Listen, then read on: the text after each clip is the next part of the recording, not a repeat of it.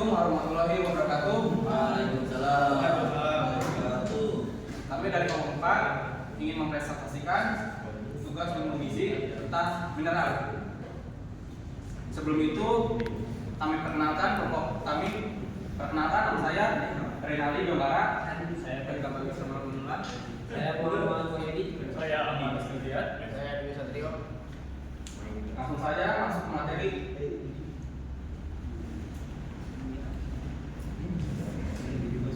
Mineral adalah zat anorganik yang sangat penting bagi kesehatan tubuh manusia. Mereka berfungsi dalam berbagai proses biologis, termasuk pengaturan keseimbangan cairan, pembentukan tulang, dan fungsi otot. Berbeda dari vitamin, mineral tidak dapat dibuat oleh tubuh dan harus diperoleh melalui makanan. Konsumsi mineral yang cukup sangat penting untuk menjaga kesehatan tubuh secara keseluruhan dan mencegah berbagai penyakit. Oleh karena itu, memasukkan sumber mineral dalam diet sehari-hari sangat penting. Pentingnya mineral. Mineral adalah zat anorganik yang sangat penting bagi fungsi tubuh. Berbeda dengan vitamin yang bersifat organik, mineral berperan dalam berbagai proses biokimia, termasuk pembentukan tulang, produksi hormon, dan metabolisme. Keduanya harus ada dalam diet seimbang untuk kesehatan yang optimal. Sementara vitamin membantu mendukung fungsi tubuh. Mineral menyediakan elemen struktural, keduanya saling melengkapi dalam menjaga vitalitas dan kesehatan sehari-hari.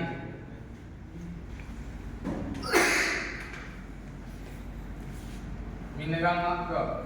Kalsium adalah mineral penting untuk pembentukan tulang dan gigi yang kuat. Kebutuhan harian kalsium dapat dipenuhi melalui konsumsi susu, yogurt, dan sayuran hijau. Fosfor juga memiliki peran kunci dalam metabolisme energi dan mendukung pembentukan DNA dan RNA. Sumber utama fosfor dapat ditemukan dalam daging, ikan, dan kacang-kacangan. Magnesium diperlukan untuk fungsi otot dan saraf serta membantu dalam proses sintesis protein.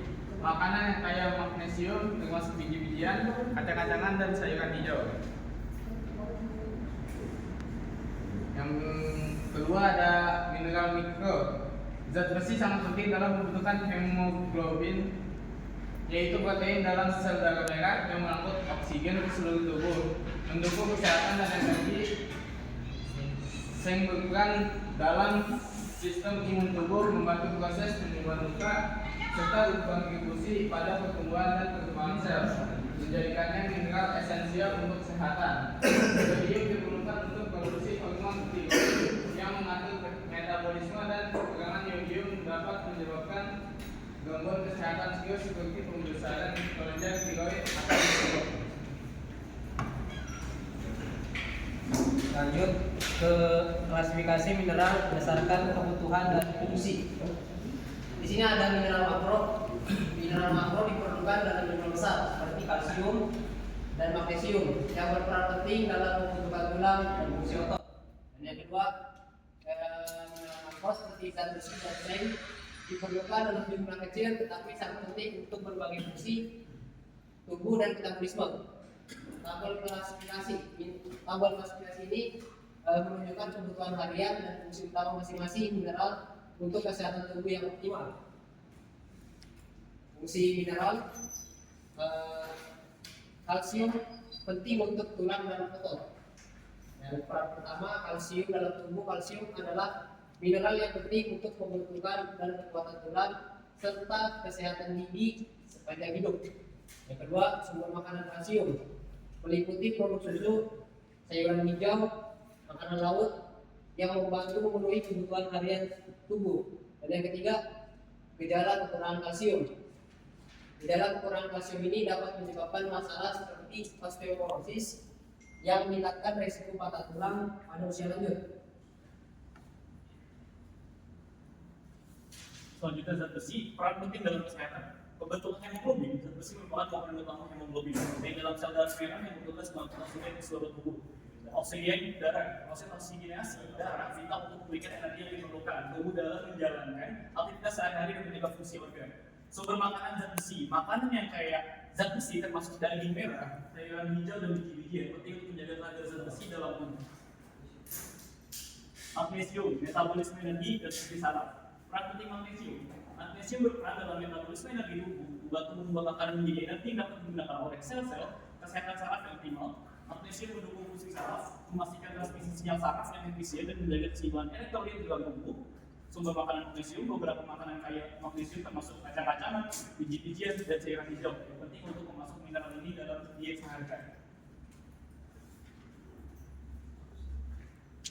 Seng, zinc, dan ionium pentingnya untuk kesehatan. Sistem imun yang kuat, seng berperan penting dalam meningkatkan daya tahan tubuh dengan mendukung produksi sel imun dan mengurangi risiko infeksi. Penyembuhan luka yang efisien. Mineral ini membantu mempercepat proses penyembuhan luka dengan memperbaiki jaringan dan mengurangi peradangan terjadi. Produksi hormon tiroid. Yodium sangat esensial untuk produksi hormon tiroid yang mengatur metabolisme dan memenuhi fungsi vital dalam tubuh manusia.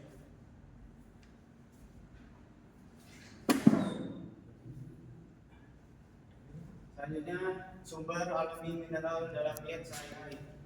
Sayuran sebagai sumber utama, sayuran seperti brokoli dan bayam kaya akan mineral seperti kalsium dan zat besi yang penting untuk kesehatan tubuh. Buah-buahan yang kaya mineral, buah-buahan seperti pisang dan jeruk menyediakan mineral penting seperti kalium dan magnesium untuk fungsi dan keseimbangan elektrolit. Selanjutnya ada daging dan produk susu, daging merah dan produk susu seperti yogurt mengandung mineral penting seperti zinc dan kalsium mendukung pertumbuhan dan tubuh yang optimal. Selanjutnya, dampak kekurangan mineral pada kesehatan. Anemia karena zat besi.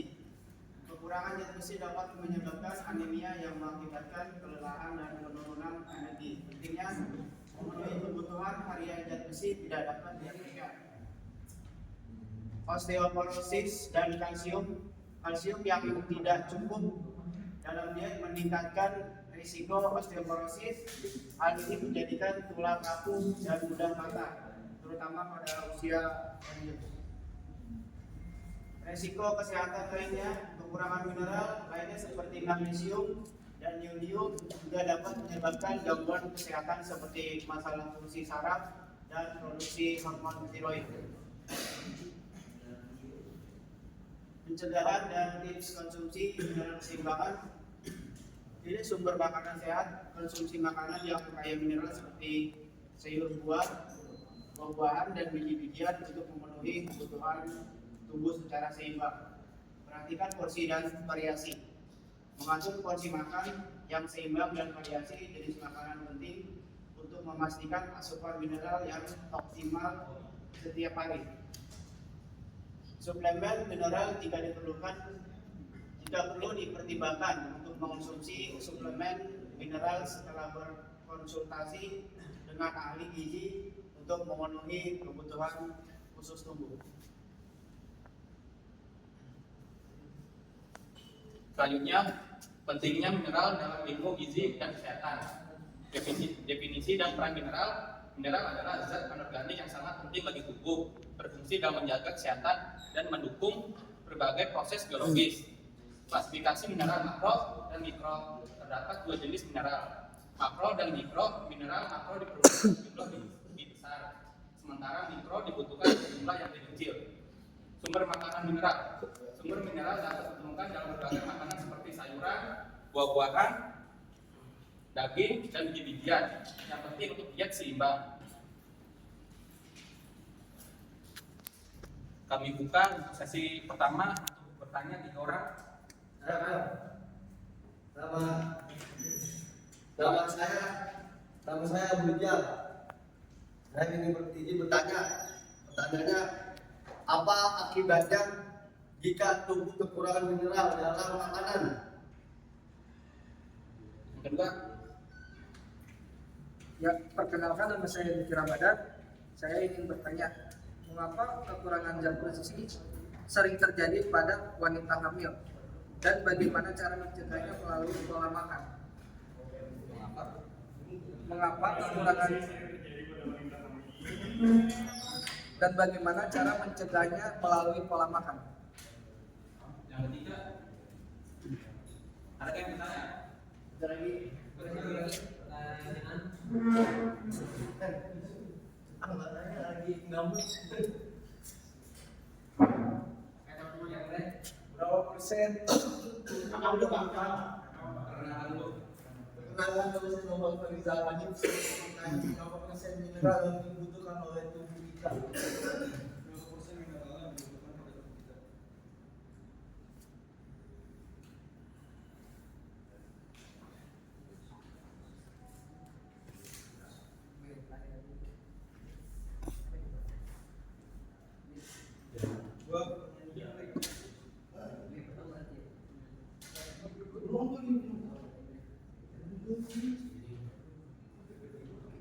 Yang lebih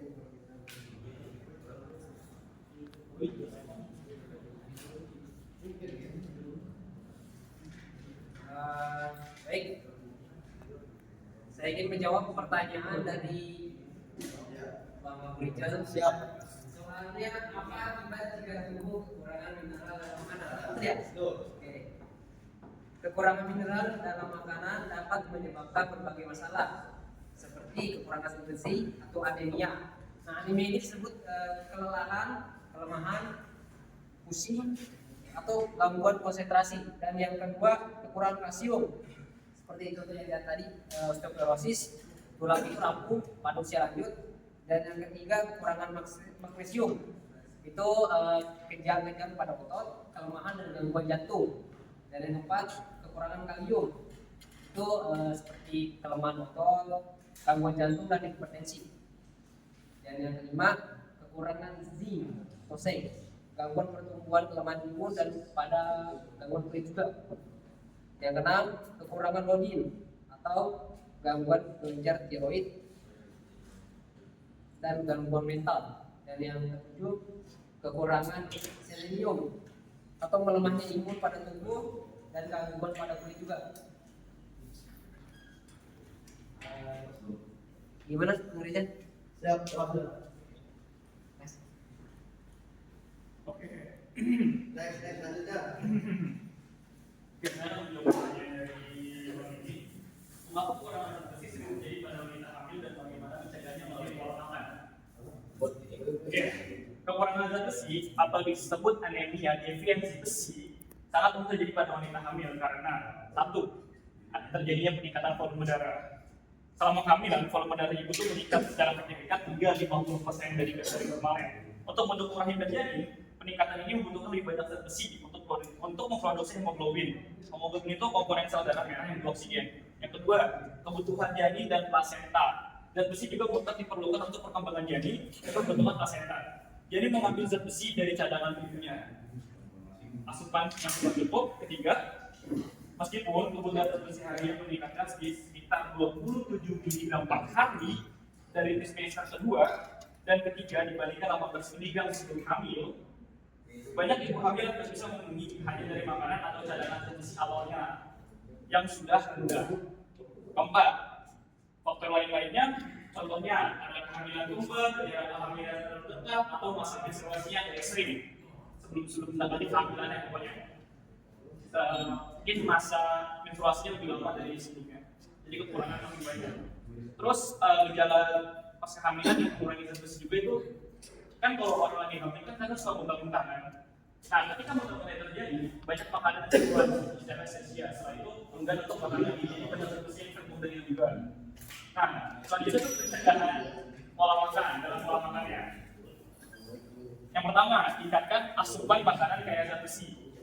Zat besi heme paling mudah diserap. Daging merah tanpa lemak, sapi, domba, unggas, dan ikan atau makanan laut karang lainnya.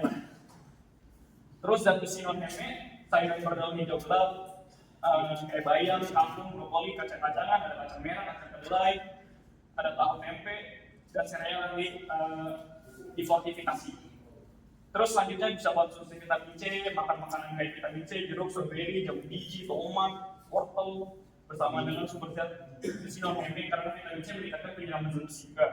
Terus batasi penghambat penyerapannya, hindari atau batasi konsumsi minuman seperti teh dan kopi di waktu makanan karena mengandung tanin. Tanin itu dapat menghambat penyerapan zat besi, makanya nggak boleh banyak-banyak minum teh dan kopi gitu.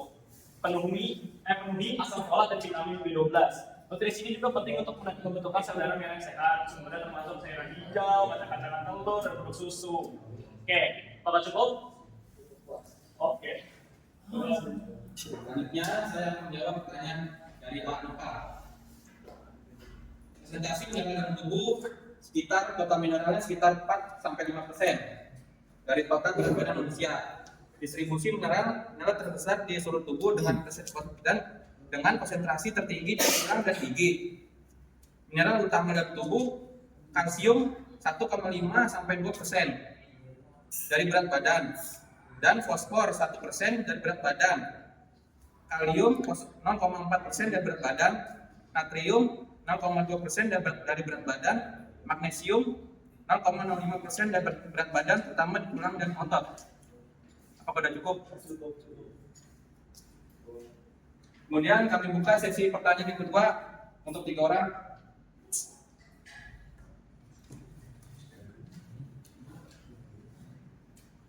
Ada lagi? Bisa katakannya? Yang apa saja itu sih masih bertanya sama ini.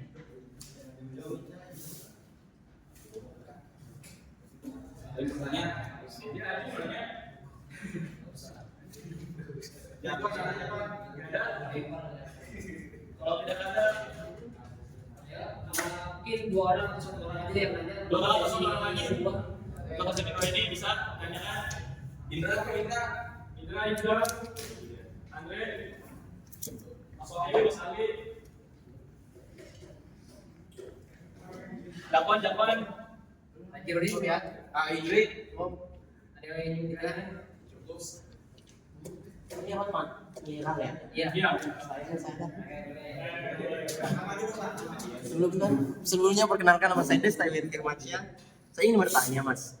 Jadi apa perbedaannya mengenai mineral dan batuan?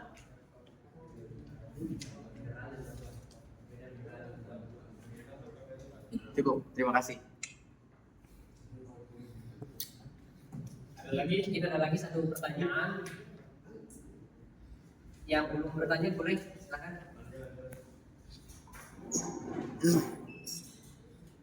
Apakah cukup nih 1 pertanyaan bang? Ayo Bang Indra. Jalan lagi. Bang Indra itu boleh? Ya, silakan. Perkenalkan, nama saya Muhammad Indra. Saya ingin bertanya, apa akibat kelebihan mineral natrium dalam tubuh? Apa akibat kelebihan mineral natrium dalam tubuh?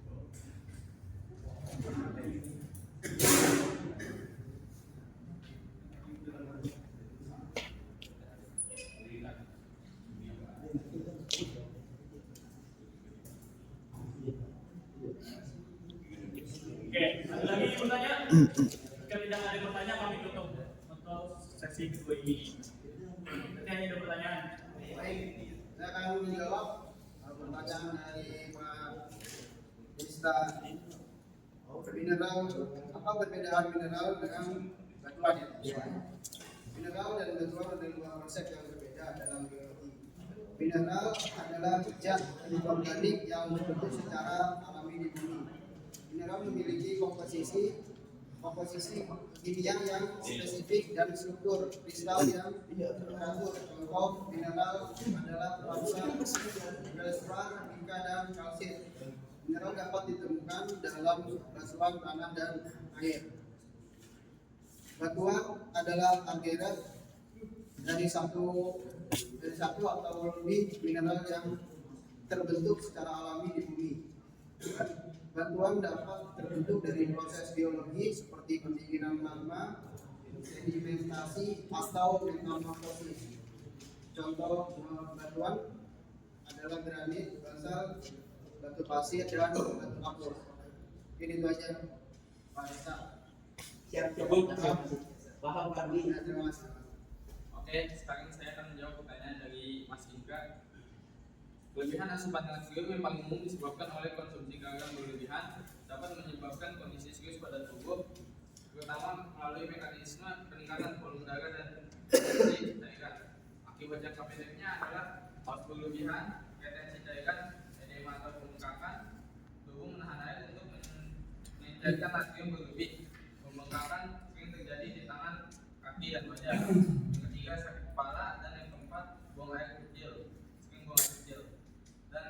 jangka panjangnya hipertensi atau tekanan darah tinggi, natrium menarik air ke dalam pembuluh darah, meningkatkan volume darah, dan memaksa jantung bekerja lebih keras. Ini adalah faktor risiko utama penyebab penyakit jantung dan risiko.